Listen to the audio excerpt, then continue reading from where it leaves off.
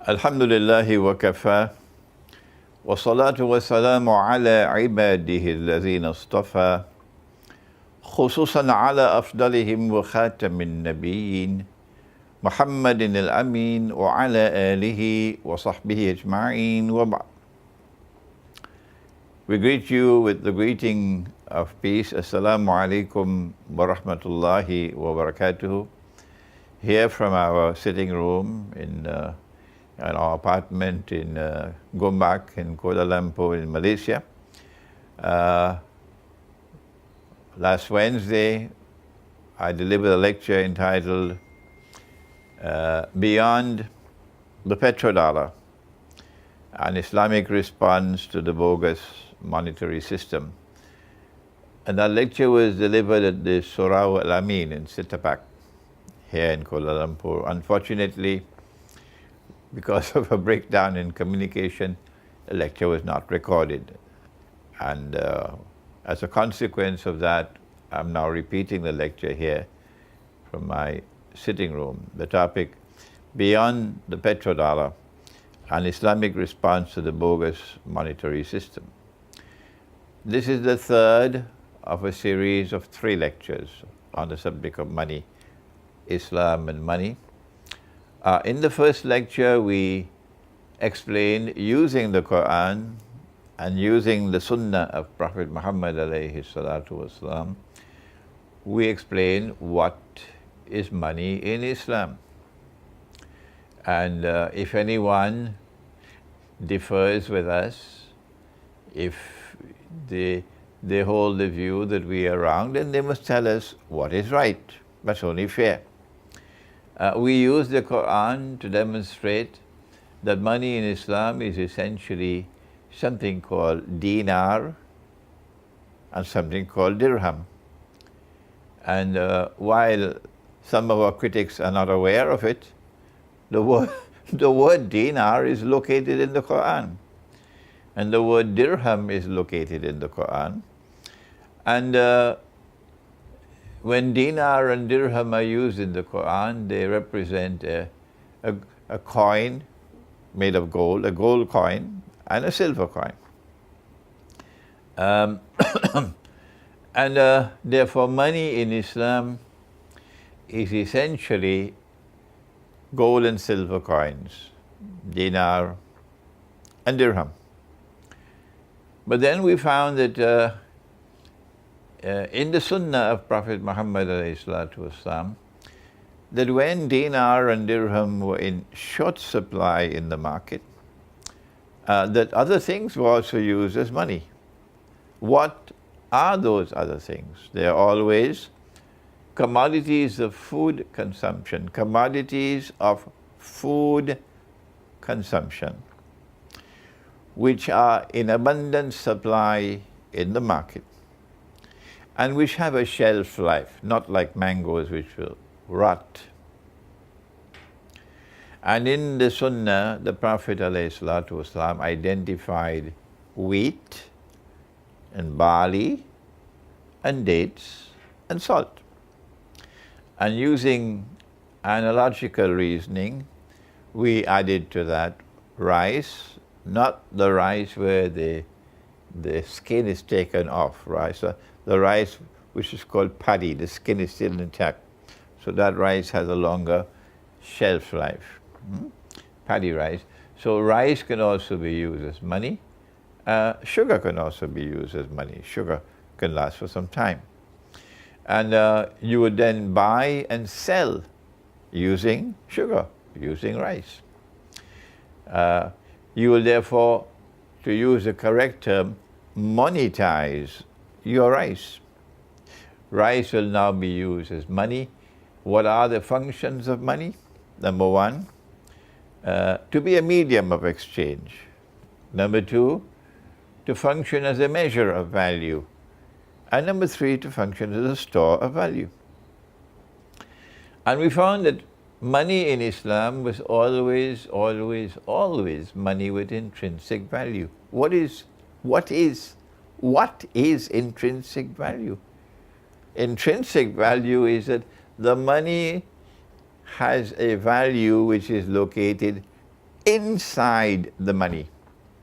It's not located outside where it can be manipulated to make Indonesia a slave country and to make Pakistan and Bangladesh and Egypt and the rest of the Arab world, non-petroleum Arab world, miserably poor by manipulating the value of the money. No, once the value of the money is inside the money, no one can take it away from you unless they come and they take it out of your pocket. So money in Islam always has intrinsic value. And when you use such money, and provided that demand and supply remain constant, the same price you'd pay for a sheep or for a chicken 1,000 years ago, the same price you'll pay today. How wonderful, isn't it? How wonderful. No inflation. No inflation. This is money in the Quran and this is money in the Sunnah, and that's what we explained about money in the first lecture. That it was a reliable store of value. If you had your money stored 15, 20, 40, 100 years later, you can take out the money and you can still buy what it could have bought 100 years earlier.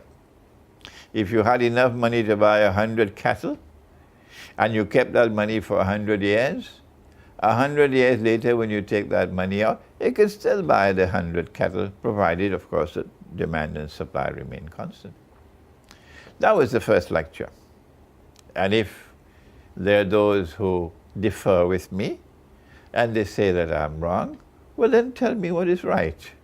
Tell me what is money in Islam. Okay? And then we went to the second lecture in which Allah warned us. He warned us in the Quran, don't take them as your friends and allies. Don't take them as your friends and allies. No. And if you do that, you no longer belong to us, you belong to them. Who was Allah talking about? He was talking about an alliance of Jews and Christians. Ya Bismillahir Rahmanir Rahim.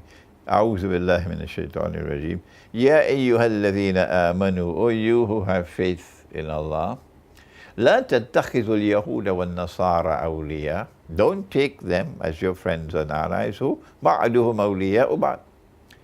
An alliance of Jews and Christians. When that Jewish-Christian alliance emerges, do not turn to them with friendship and alliance. وَمَنْ يَتَوَلَّهُ مِنْكُمْ فَإِنَّهُ مِنْهُمْ. Whosoever from amongst you turn to them with friendship and alliance, you belong to them. إِنَّ اللَّهَ لَا يَهْدِي الْقَوْمَ الظَّالِمِينَ. They are a wicked people. And Allah does not provide guidance for a wicked people. This is how we began the lecture. That Jewish-Christian alliance has now emerged in history. It is the Zionist Jews and Zionist Christians who have reconciled and made friendship and alliance. And they are the ones who control power in the United States of America. They control, and they boast of it, we control the United States.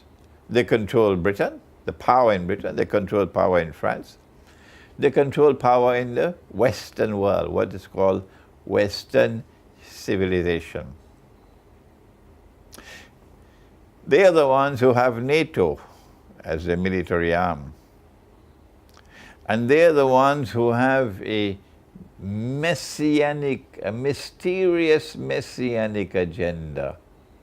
They want to rule the world. They want to establish the political dominion, the economic dominion, the monetary dominion over all of mankind. That's what they want to do. That's arrogance. But not all Christians are like that.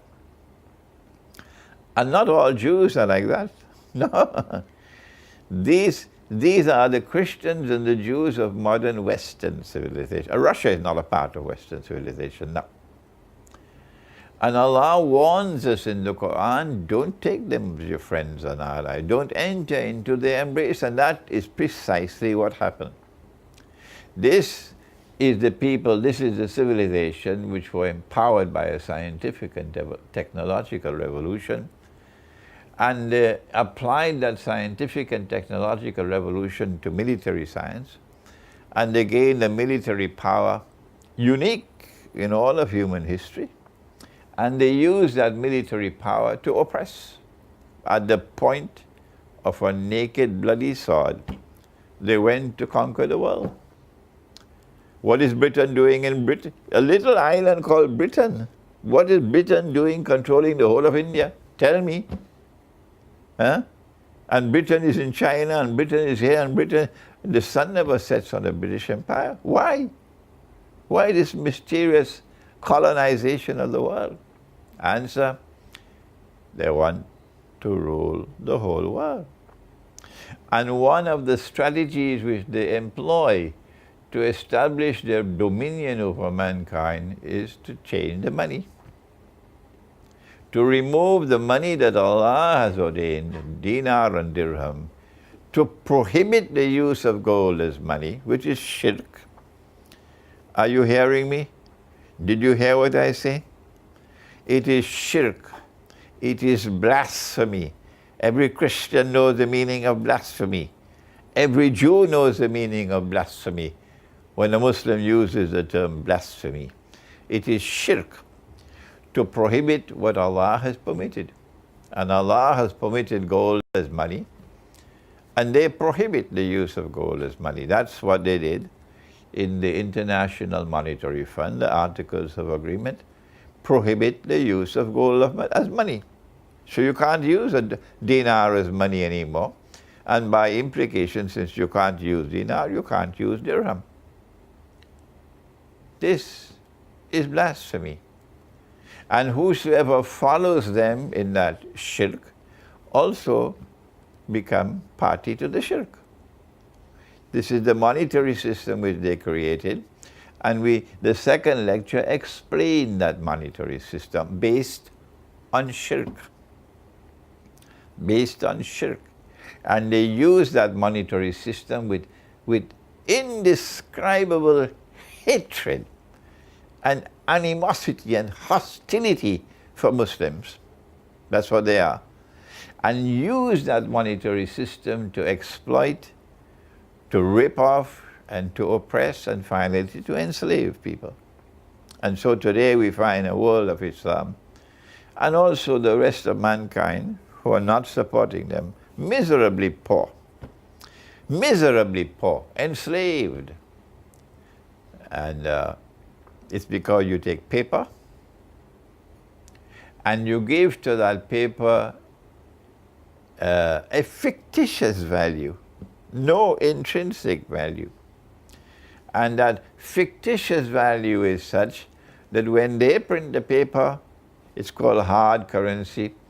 And once their paper is in demand, they can give a high value to it, and they can print as much as they want.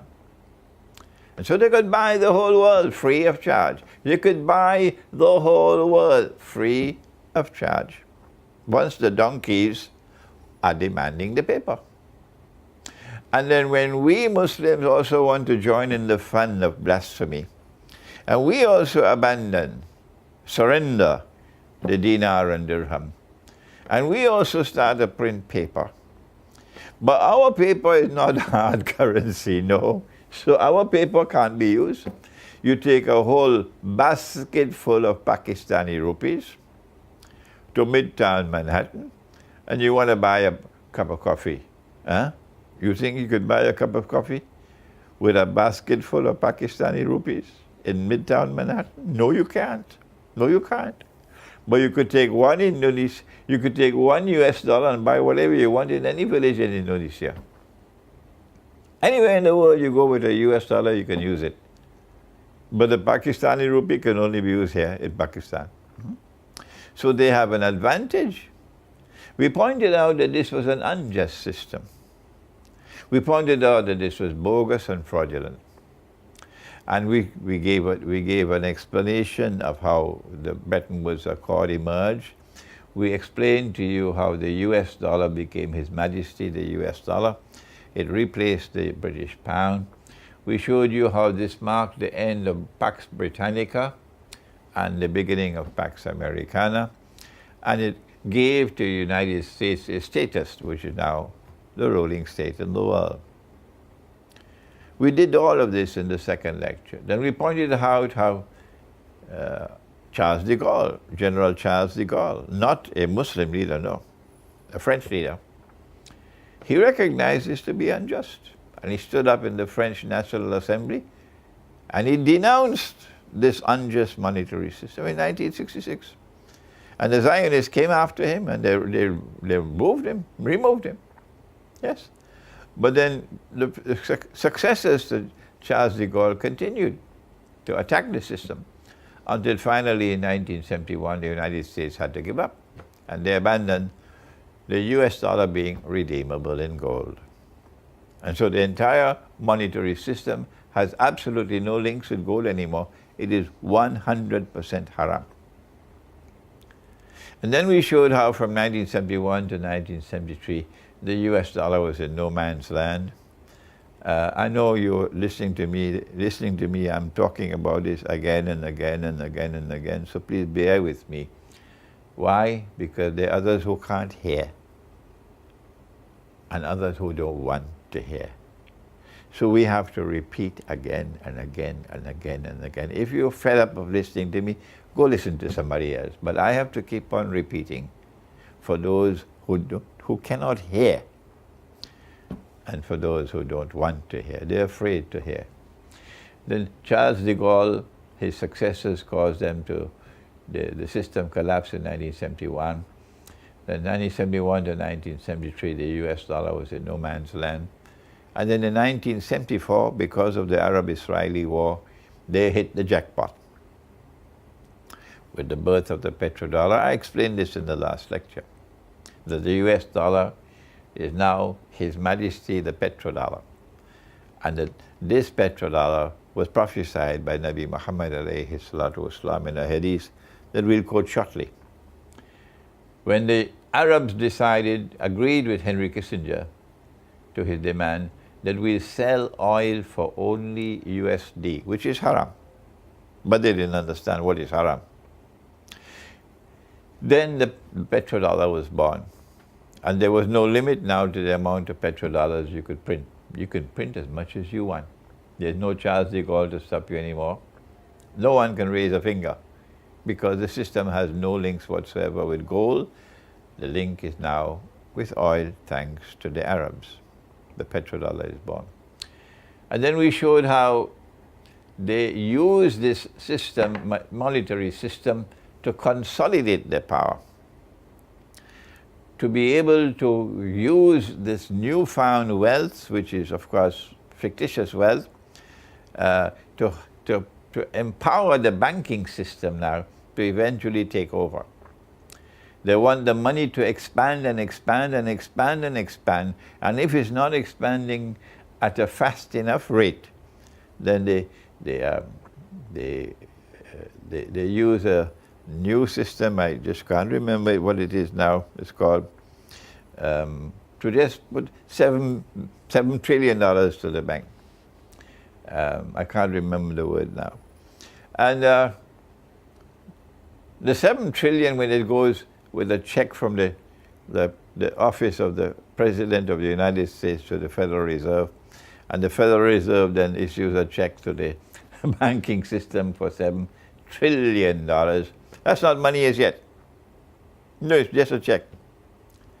But when the banking system now lends that money to Pakistan, or to a fellow called Mursi in Egypt, who said he was Muslim, and he said his organization, Ikhwan al-Muslimun, was a great Islamic movement, but he's still ready to borrow money from the IMF. It is when you sign the agreement to borrow that money and you agree to repay it, only then it became money. Yes, then it became money. So the banks now have unlimited money to lend, unlimited amount of money to lend. And I used the balloon in my last lecture to show that the balloon is expanding. The monetary supply, the money supply is constantly expanding. And the consolidation of political power in the world is constantly increasing to the extent that they could even try to attack Russia. with monetary and economic sanctions. And then I explained to you in the last lecture that all of this is meant to eventually cause the balloon to bust, because the United States is not meant to rule forever. I used a verse of the Quran, you remember? In which surah was it? Do you remember? Suratul Mursalat, in which Allah subhanahu wa ta'ala said, Intaliku, proceed now, let the historical process now proceed, ila zillin, to a shadow, zi salasi shu'ab, a shadow which will manifest itself in 3 stages. Our interpretation, our ta'wil, is that this shadow which will now emerge in the historical process in 3 stages is the shadow of Dajjal. The first stage is Pax Britannica. The shadow comes in the second stage, Pax Americana. And then in the third stage and last stage of the shadow, the world will experience an attempt by the State of Israel to rule the world in what they would call Pax Judaica. When will the balloon burst? When the balloon bursts, not only will the US dollar collapse, but Brexit means that the euro will also collapse. That's why you had Brexit. So the entire world of paper money will collapse. No single money in the world will be able to survive. The Malaysian ringgit cannot survive independently. No. The Pakistani rupee cannot survive. The Egyptian pound cannot survive. The Indonesian rupiah cannot survive. None can survive, because they're all interdependent. So when the US dollar collapses, when the balloon bursts, one day it'll have to burst. It cannot expand indefinitely. The entire system will collapse. And they want it to collapse because they want to introduce another monetary system, which is what we want to talk about today in this lecture. Beyond the petrodollar, what can we expect? Well, first of all, let us go back now to the hadith, which is in Sahih Bukhari. It's a very important hadith, a prophecy of Akhirul Zaman, in which Nabi Muhammad alayhi salatu wasalam prophesied that the river Euphrates will uncover a mountain of gold. You've heard it from me before. Others don't talk about it. I'm one of the few people who mention this hadith constantly, again and again. If you're fed up listening to me, go listen to somebody else. But I have to repeat it. The river Euphrates will uncover a mountain of gold. And people will fight for that gold. 99 out of every 100 of the combatants will be killed. And everyone will say, I will be the one who will survive. But the Muslims, the believers, must not touch that gold. The Prophet said, sallallahu ta'ala alayhi wasallam, that 99 out of every 100 of the combatants, that is, who fight in this war would be killed. This cannot therefore be conventional warfare. This would be a unique warfare in human history. There's never been a war like this before in human history. For the first time in human history, a war will take place in which 99% of those who fight will be killed. I hope the US Armed Forces listen to me. I hope the British Armed Forces listen to me, and the French Armed Forces listen to me, and the German Armed Forces listen to me, and the Singaporean Armed Forces listen to me. Don't listen to me, listen to the Prophet Muhammad alayhi salatu wasalam. Listen to him, because your life now depends on it. He said that 99% of those who fight in this war will be killed. That's what the Prophet said 1400 years ago. That war is around the corner. Not because Russia wants the war, no.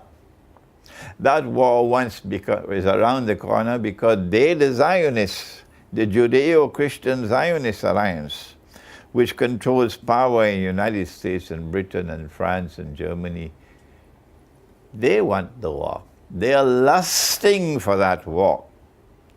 And the poor, innocent people who have their brains brainwashed in all of these countries are being taken like cattle to the end. Because Russia says, Putin said it, President Putin said it, and we're proud of President Putin. He said, don't mess with nuclear Russia. There are those who don't like me because I praise President Putin, because I praise Russia. I say to them, the door is there, you can leave. Get out and just leave me alone. I don't need you. This is harsh language for you. I'm fed up of you. I'm proud of President Putin. He said, don't mess with nuclear Russia. Russia is not prepared to bend her knee to the Zionists. I wish we had governments in the world of Islam like that. President Hugo Chavez in Venezuela was like that, and he paid the price. Charles de Gaulle in France was like that, and he paid the price. Whoever stands up against them, pay the price. Zulfikar Ali Bhutto in Pakistan stood up to them, yes. And while Zulfikar Ali Bhutto has his weaknesses and defects, we admire him. We admire Zulfikar Ali Bhutto because he stood up to them in 1973 to 1976. Zia-ul Haq in Pakistan had his defects, General Zia-ul Haq, yes. But then he also had a change of heart and he stood up and resisted them and he paid the price, yes. So for Russia to stand up, Russia knows there's danger. Imagine that Russia says to them, we're not afraid of you. We'll not bend our knees to you. And the Russian people know that nuclear war is coming. The Russian people know that millions and millions and millions will die. And yet President Putin's ratings remain very high amongst the Russian people. They're not afraid to die. No, the war is coming. It's going to be a nuclear war.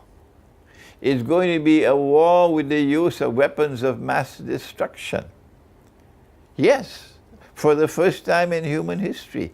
This is the prophecy of Prophet Muhammad. Allah's blessings be upon him. And if the Russian people are not afraid to die, why should you be afraid to die?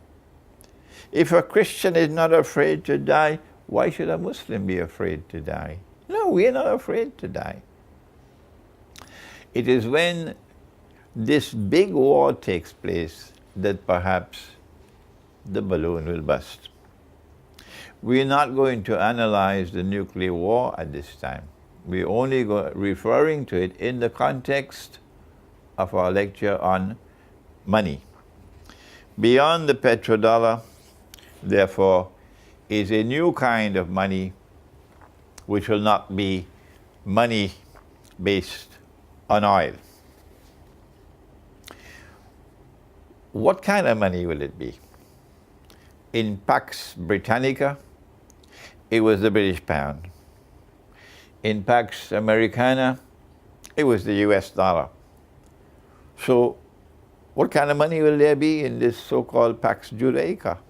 Answer, electronic money, digital money. And I learned a new term now, it's called virtual money. Very cute terms, they coin. I used to think that fiat was just an Italian motor car until I heard it. There's something called fiat money. I don't know where they get these terms from, where they pick it out, like Arab Spring. So it's now going to be virtual money. Money that is invisible. You can't see it, you can't feel it, you can't touch it. No. Electronic money. And we will no longer have a multiplicity of currencies in the world. No, the idea is to get all of mankind under one government, one world government, so that one people can rule the world, and they can then transfer that power to the state of Israel, so that Israel become the ruling state in the world in succession to the United States. This is our eschatological explanation of the historical process. And then at the end of the day, someone will stand up in Israel and declare, I am the Messiah. I have been explaining this for 14, 15 years, 16 years now in my book, Jerusalem in the Quran. Those who have read the book, of course, they know all of this eschatology. But there are those who don't want to read or who are afraid to read. But I have a question. I can't understand how in a post-nuclear world, when thousands of nuclear weapons have exploded, when there have been days without any sunlight, when most of mankind have perished, and there's a rump of mankind still surviving, how will Israel, how will the banking system survive? And how will you be able to use electronic money? And then someone came from Saudi Arabia and met with me and explained to me, he says, what will perish would be wireless communication, electronic money that is conveyed through the wireless system. But when it's conveyed through cables, underground cables, that will still survive. So the internet will not collapse, no. Only that part of the internet will survive, which is protected, which is conveyed through cables and fiber optics and so on. And I understood now I understand, how is it possible in a post-nuclear world for an electronic monetary system to replace the petrodollar. That will be, of course, a financial Guantanamo, a monetary Guantanamo, because you can't take your money out of the banking system. No. All you can do is transfer from one account to another. So your money is hostage in their banking system. And the minute you step out of line and they perceive you as a threat to them, they can freeze your account, that's all. And you have no money. At that time, don't blame me. So our response should be, at this time,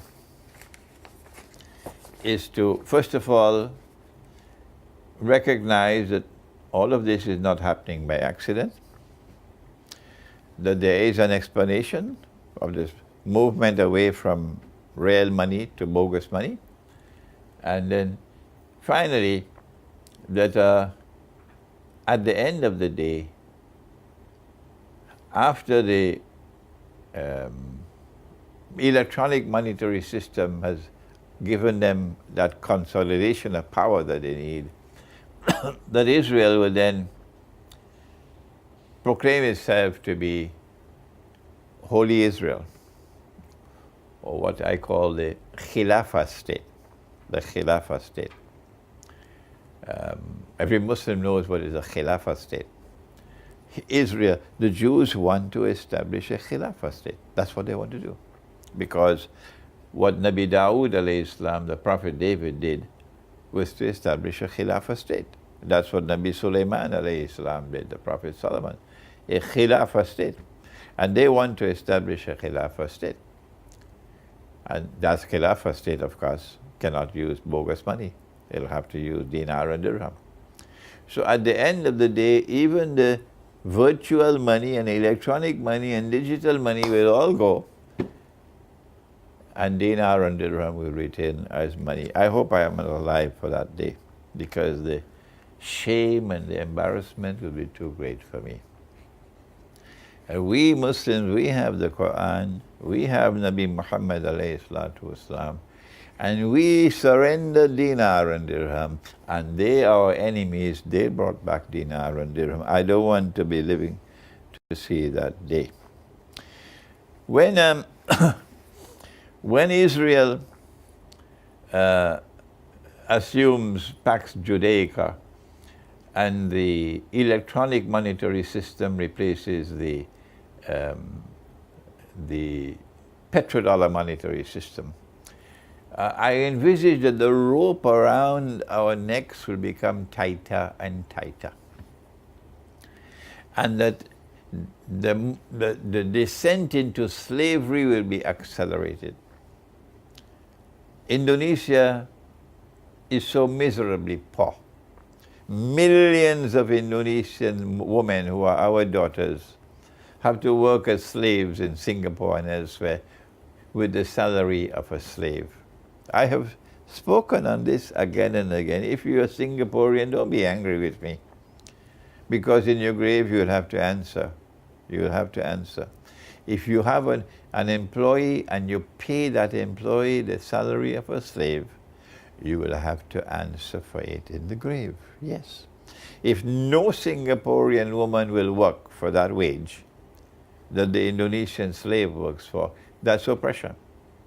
And Allah does not have any tolerance for oppression, so the oppressor will pay for it in the grave. Is there slavery in Akhirul Zaman?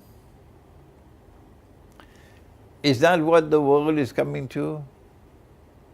When electronic money replaces the petrodollar? Yes. When the angel Gabriel, Jibreel alayhi salam, came and met with the Prophet alayhi salatu wasalam, you remember in the masjid? He came in the form of a human being and he asked 5 questions. The Prophet alayhi salatu wasalam answered the 5 questions, then he left. And then the Prophet turned and asked his companion, do you know who he was? They said, Allah and His Messenger know best, we don't know. And then he said, that was Jibreel alayhi salam, the angel Gabriel, who came to teach you your religion. The last of the 5 questions was about the signs of the last day. And the Prophet ﷺ gave 2 signs. One of them was slavery. He said that a slave woman will give birth to her mistress. We do not have the time today to expand and explain what we've done in previous lectures, an interpretation of this prophecy that a slave woman will give birth to her mistress. But this hadith indicates to us that there is slavery at the end of history. And I anticipate that the electronic monetary system will take us to that slavery.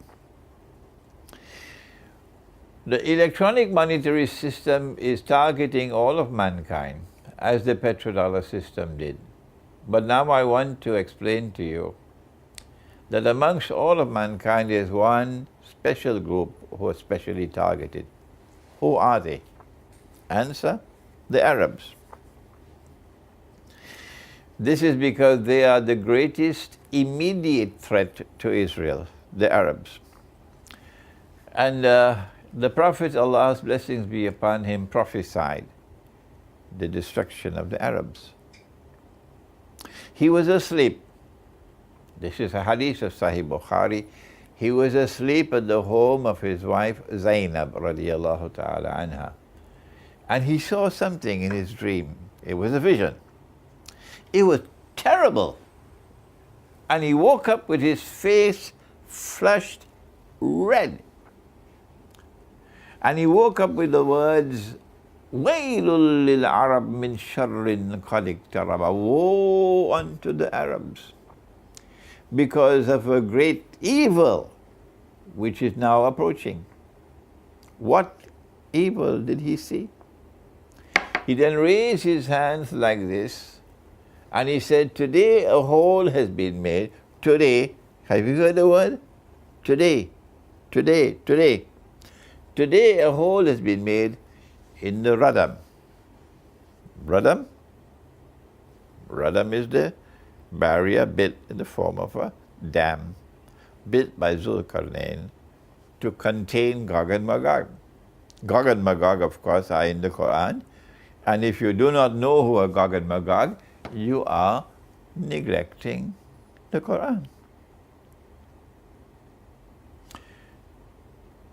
What Zulkarnain did in the language of a game called chess is to checkmate Gog and Magog, who are vicious people who perpetrate facade, corrupting and destroying everything.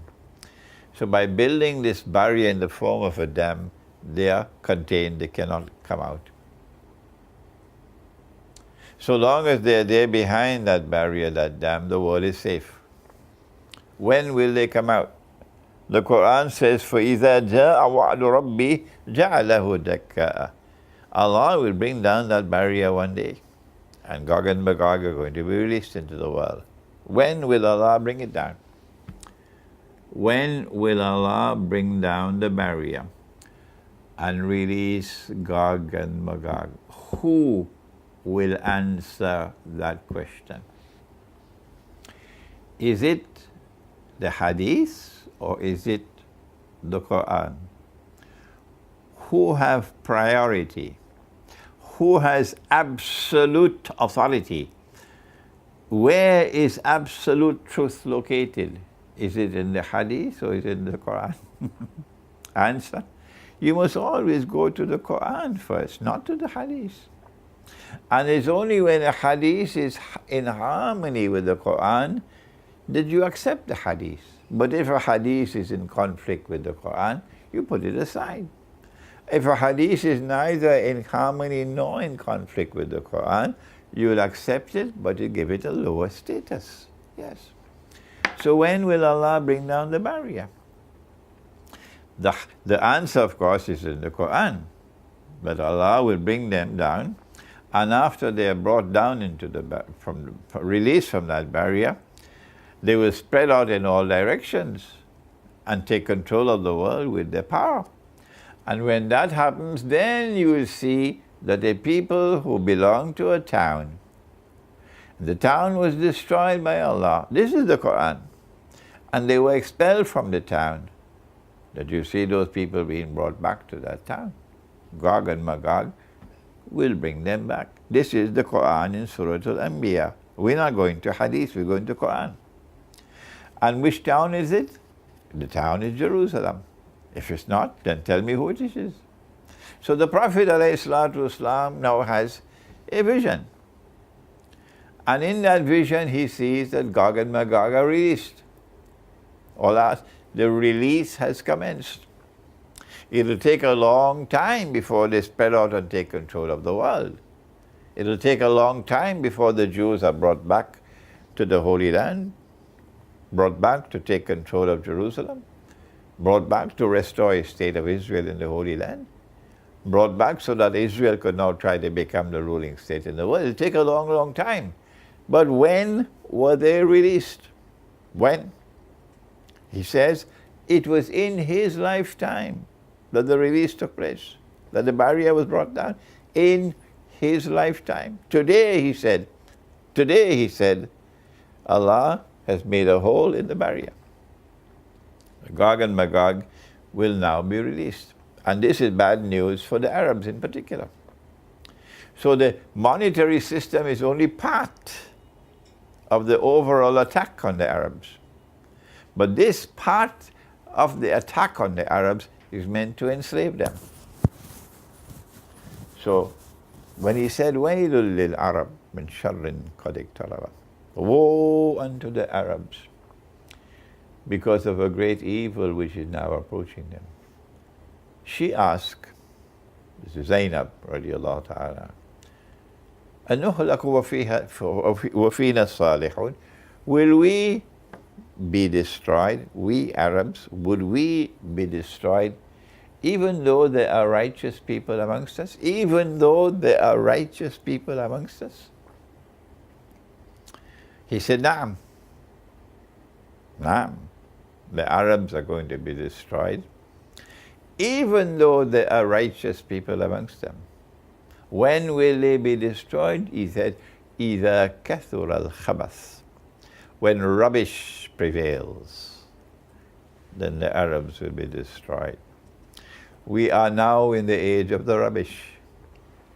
The most dangerous part of the rubbish or the garbage is the monetary system. That monetary system is enslaving the Arabs, putting some Arabs onto the gravy train, the petroleum one, and the rest of the Arabs increasingly being destroyed. And so we now ask ourselves, if we are to respond to this immensely dangerous challenge in the world of money, what do we do? This lecture points out that one possible response is to make our money redeemable in gold. When Indonesia became independent, President Ahmad Sukarno called in the ulama and asked them about the status of paper money. And they explained to him that the paper money would be halal provided that it is redeemable in gold. That's what they said to him. I don't know whether the ulama in Indonesia remember that today, but that's what the ulama told Sukarno, that if the paper money is redeemable in gold, it's halal. And Sukarno actually fixed that so much paper money will be equal to so much in gold, and you could take your paper money and you can get the gold. That's why they had to kill him. He had to be removed. If you attempt to do that now, to have your paper money redeemable in gold, first of all, you have to have enough gold. And they have done everything they could possibly do to control all the gold reserves of the world. But Allah can always bring more gold into the world. Yes. One of the prophecies of Akhirul Zaman is that the earth will vomit from its liver columns of gold and silver. So new gold coming into the world. So they can't control all the gold in the world. If one country in the world is able to make its currency redeemable in gold, their whole system collapses. Everything will collapse. At this time, perhaps the only people who could do that, who have the power to do it, would be Russia and China. May Allah take these words of mine to the Russian government, to the Chinese government, that you take your BRICS, your alternative monetary system, and seek to find a way in which you can make your money redeemable in gold. The second response that we have to share with you is that which we have said again and again and again and again, that in the Sunnah you can monetize commodities of food consumption, like rice, and use rice as money. And in this way, you will extricate yourself from that electronic monetary system which is meant to enslave you. But now we turn to a third response, and that is that nothing can be done in the world of Islam. Nothing can succeed in the world of Islam unless and until we get the scholars of Islam to support it. So the time has come for me to ask you. I'm an old man now, I'm 74 years of age, I'll soon be 75. I don't know how much time there is left before Allah calls me away. But wherever you are in the world, and these words of mine were to reach you, and you are Muslim, even if you're not a Muslim, go to the scholars of Islam, wherever they are, and you could meet them. and ask them, this money that we are now using, we don't see this money in the Quran, we don't see it in the Sunnah. It's new, it's never been used before.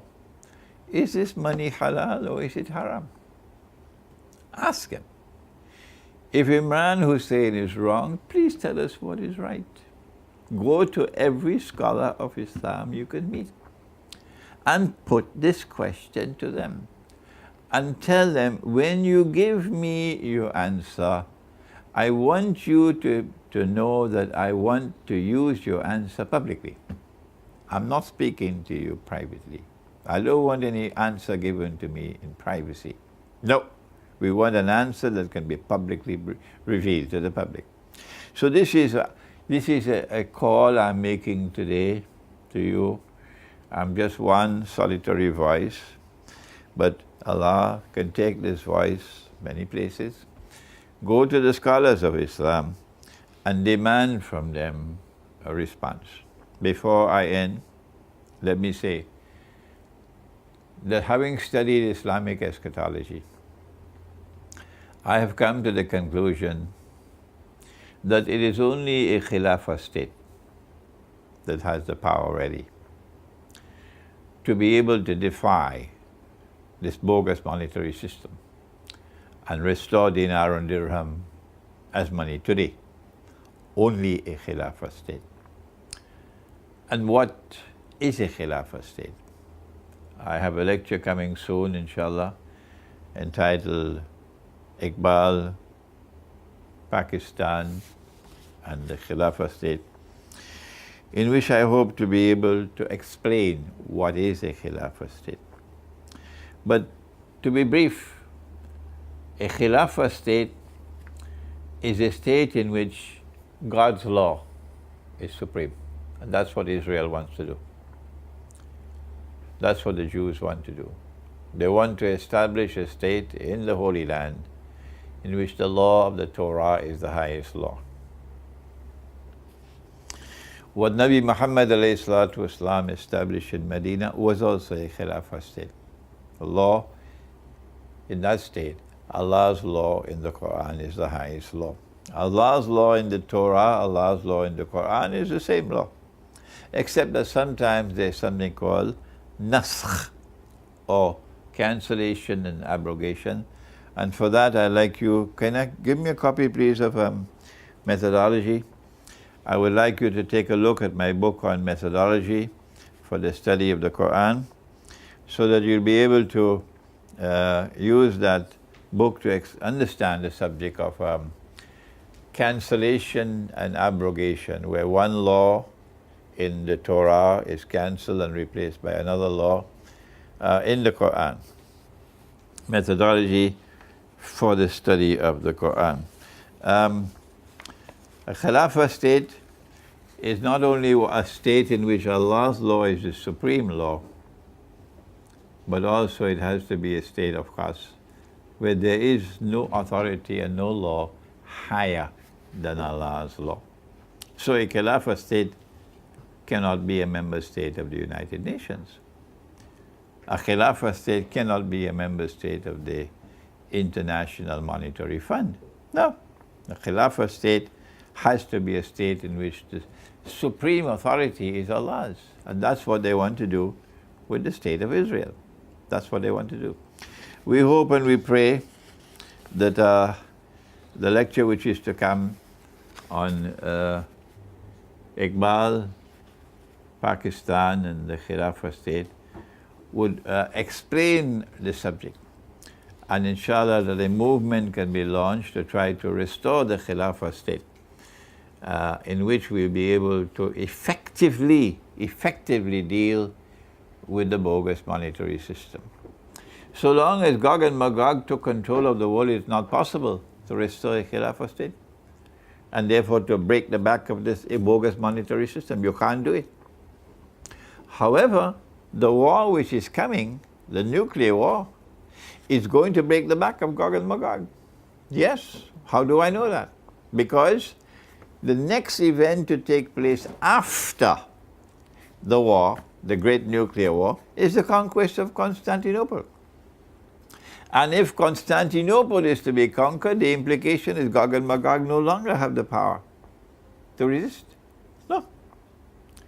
As a consequence, I've come to the conclusion that it is possible for us, as never before in the last few hundred years, it is possible for the last 100 years, it is possible for us to now restore the Khilafah state. An effort can be made to restore the Khilafah state in the wake of the nuclear war which is coming. I pray that Allah subhanahu wa ta'ala may take these words of mine to those of you around the world who agree with me that this is a bogus monetary system and we ought to respond to it authentically. Thank you. Wassalamu alaikum wa rahmatullahi wa barakatuh.